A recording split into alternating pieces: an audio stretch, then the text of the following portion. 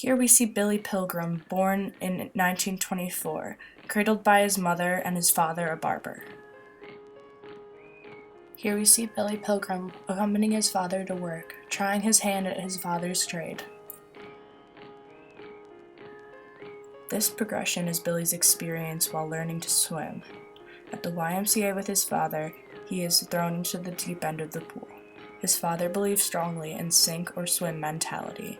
This is a source of trauma on which Billy has drawn back to multiple times in his life.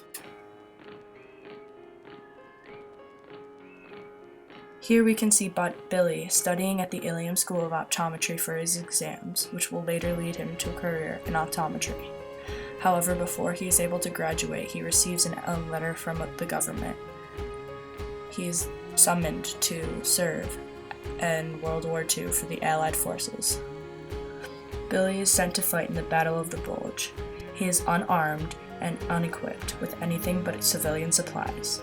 Billy is lost behind enemy lines. Billy soon finds 3 people in the same situation as he is in.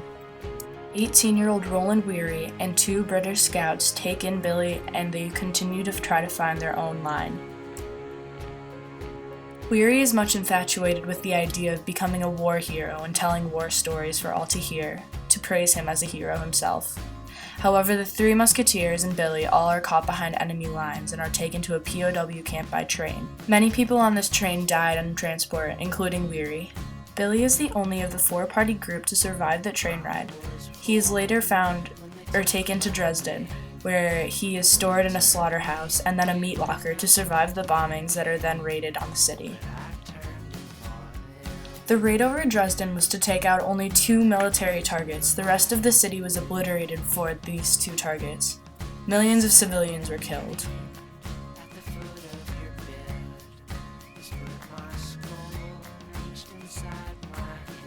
Billy survived, and so did Vonnegut, in a meat locker such as this, 60 or so feet underneath the ground.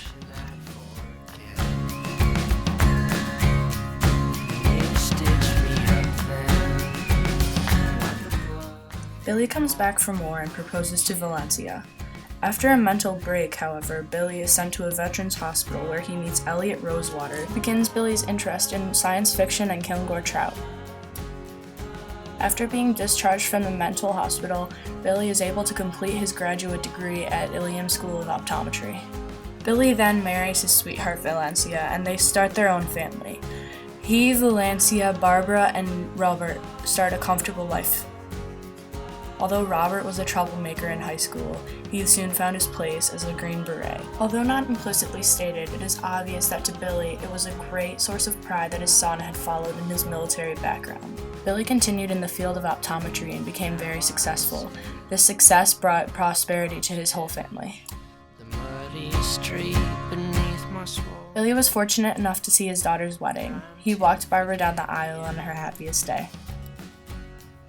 The day of the plane crash was one that completely altered Billy's life. He suffered severe head trauma and as a result began talking about Tralfamadorians and Tralfamador. Despite Billy's trauma and hard times, he then becomes a public speaker, going on all-night radio stations to talk about his views. But after one of these speeches, he is then killed by one of his acquaintances from the war. Billy's life progression is nothing outside of the ordinary. However, this is not how Billy saw it. In World War II, Billy became unstuck in time.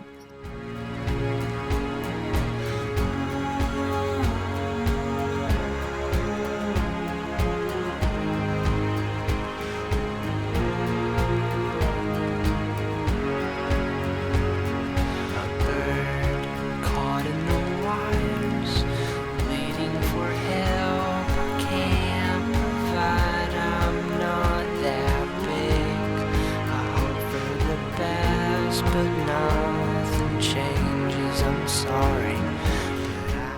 It is here, in a ditch in the midst of World War II, Billy first time travels. Billy is overcome by a purple haze. He realizes this is death. Red and bubbling, he knows he is born. Billy relives past traumas, experiencing them as if they were happening again and again.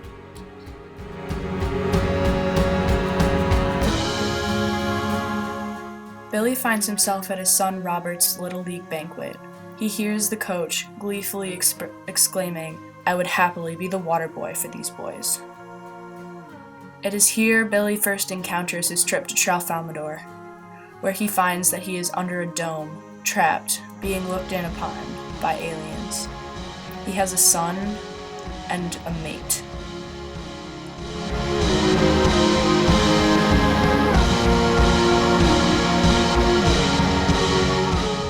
Billy is thrown forward once again to his daughter's wedding. He realizes he is then on that night abducted by the aliens that he had been captured by prior to this, and he also sees death yet again.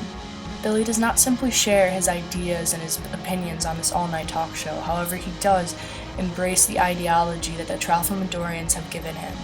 He expands on them, and he pronounces to the world that they must believe in it too, for they have been deluded into thinking they have free will.